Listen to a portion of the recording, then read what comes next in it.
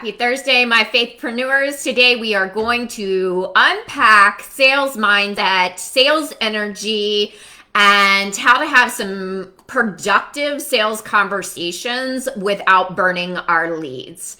So if you are joining me live, let me know, hashtag live, hashtag replay. My name is Leah Mason Virgin. I am your social selling expert, certified sales coach, certified business coach, life coach, and author at burstingwithblessings.com. And today we are going to talk about sales because twofold things happen today. So one, I get notifications consistently from YouTube about, different videos that may or may not interest me, right? And because I talk about sales, I follow some sales experts, such as Chris Voss from the Black Swan Group and Jeb Blunt. What was suggested to me was a video this morning that said cursing in your sales calls to increase your sales. Something along those lines, right? I was like, I'm not even here for that. That's a no. I'm gonna swipe whatever. Which way do you swipe when you're not interested in something? What is that, like dating site? Swipe right or something? I was like, no, thank you. No, thank you. So first off, I believe that cursing is a toxification to your mind. It's something that I've been working really hard on breaking. And we know as spiritual women who are very focused on building a business with God, we know that mindset is everything. We know that we have to invest in our mindset. We have to invest in our words. We have to be conscious of our words and our energy. And a lot of the online sales gurus often use very aggressive, negative, bro-tactic-y words, sales assassin, assassinate those objections, get in there and just tell them what to do and close business, man. And so every woman, practically, except for like 2% of the women in America are going, no thanks, I have zero interest in working in sales. I don't want to be a part of that. But sales is pivotal for everything. I mean, we are selling to our kids, do chores or you're going to be grounded. I mean, currently one of my children's supposed to be doing dirty dishes in the kitchen, right? She doesn't do it, there's a consequence, right? It's got to be done today, right? So, the thing is that we do not need to, we actually shouldn't be embracing this whole bro mentality about sales. And frankly, I really think a lot of the gurus, they truly don't do as aggressive tactics as they say they do in their own sales conversations. Yes, I know that there are some of them out there. I truly, truly do. But the mass majority, and I have read probably over 24 sales books in the last 2 years alone, the mass majority of them really talk about relationship building. They really do. And here's the thing. How do we build relationships if we're being aggressive? Right? I mean, even Jeb Blunt, every now and again, he'll give, a little bit of like aggressive energy. But the mass majority of the time he's talking about building relationships, knowing the person on the other side of the conversation or the phone call or the DM, however it is. And so I really feel like a lot of these YouTube stuff that talks about like this aggressive, assertive, like type of sales, it's just playing. It's playing to the audience to try to get people to watch. What I know for a fact is that we have to serve, listen, question, reframe, label, mirror. Thank you, Chris Voss from Never Split the Difference, Black Swan Group. We need those pieces because sales is about, most especially a discovery call, sales is about bringing the person into higher critical thinking. And you cannot get somebody into higher critical thinking, help them process their emotions, if you are bullying them and aggressing, fully aggressive in your sales discovery calls. You're just not going to. What's going to end up happening is you're going to burn leads, right? And here, let me give you a full example. There is a coach that I really love listening to. I love listening to. I want to, actually, she's not a coach. Let me take that back. She's a strategist. And I love listening to her and I want to work with her. And the investment is high. The investment is high, ladies. Here's the thing. I've been on a sales call with her, and because of the way that she treated me with such kindness, I am making sure to build that investment to then invest in that program and invest in getting the strategy from her. Do you see the difference, ladies?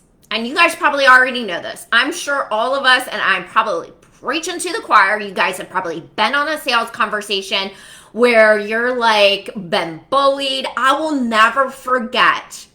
It was 3.5 years ago. I wanted this coach to help me with a very specific thing. And I went to her and I could not get off the call. This was back before I had more confidence in myself. And I remember feeling so uncomfortable and being like, okay, well, I know you're really busy. And I'm trying desperately to get out of this sales call. And she's hammering away. Oh, no, I've got time for you. Oh, no, you really. I will never forget the aggressive energy that she put out, that she semi-masked as, compassion for my situation. And I immediately stopped following her, immediately would not work with her, right? Like, that is not what we want.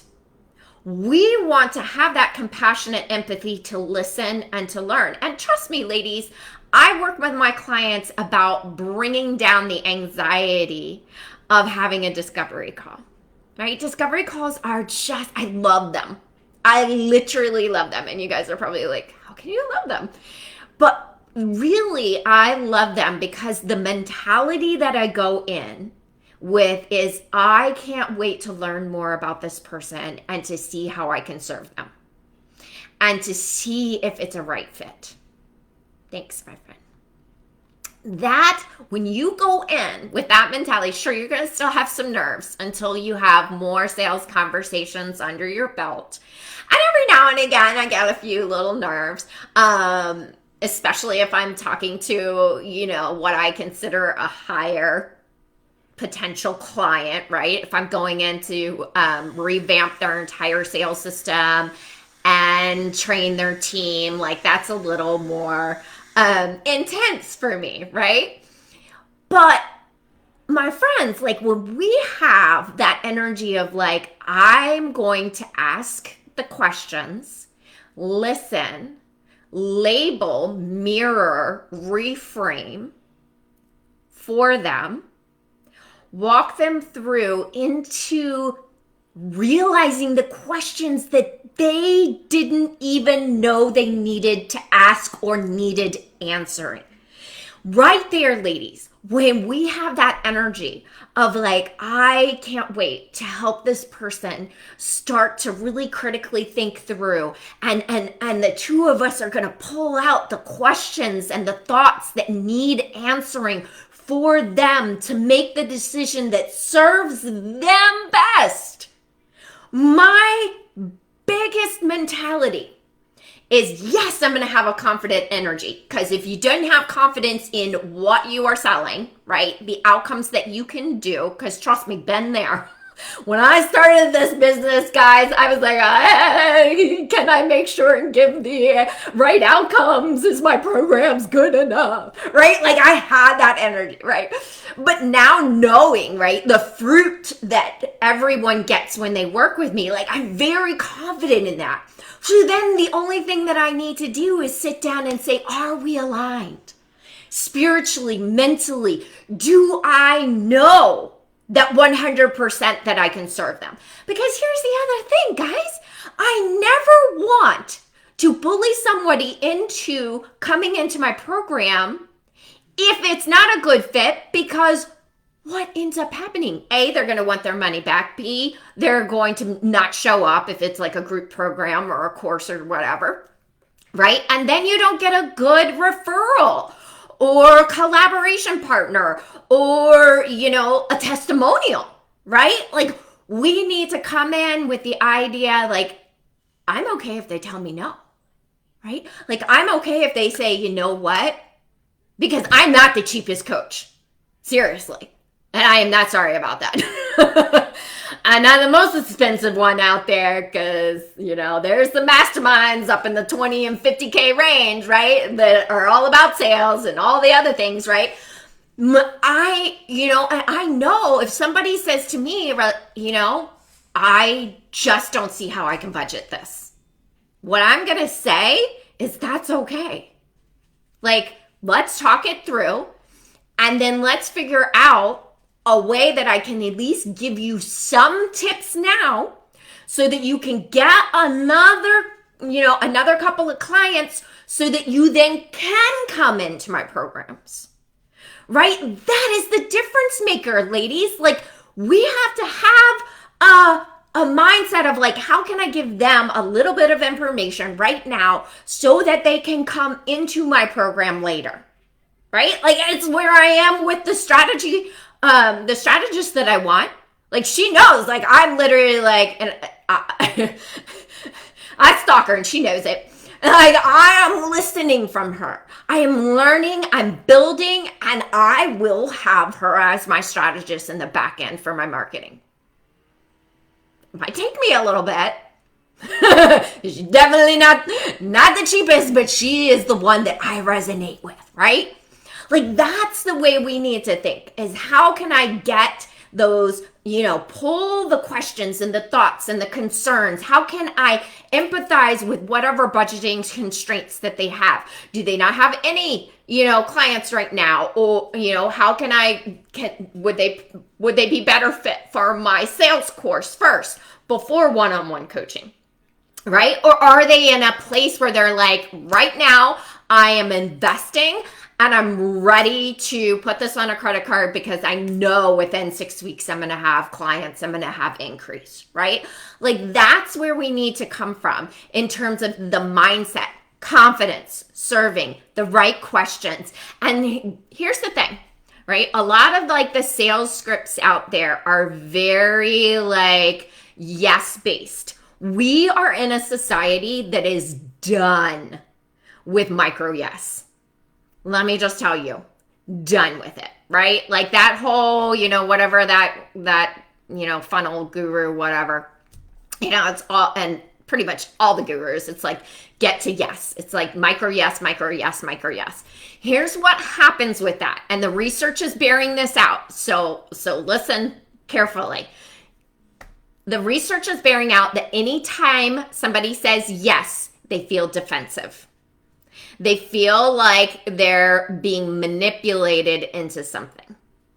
So when you are going to sit down and start writing out your script for your discovery calls, I want you to look through and say to yourself, how many questions are you asking that you want a yes to?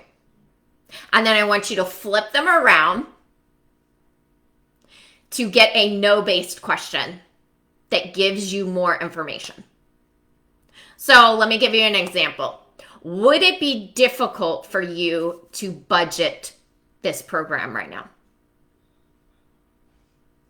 If the answer is no, it wouldn't be difficult for me to budget this program, because what happens is their brain went no, and then their brain went into critical thinking mode and they were like, Okay, so I know that I have X amount of money right now and I have X amount of clients, and if I invest now, then potentially, do you see what happens?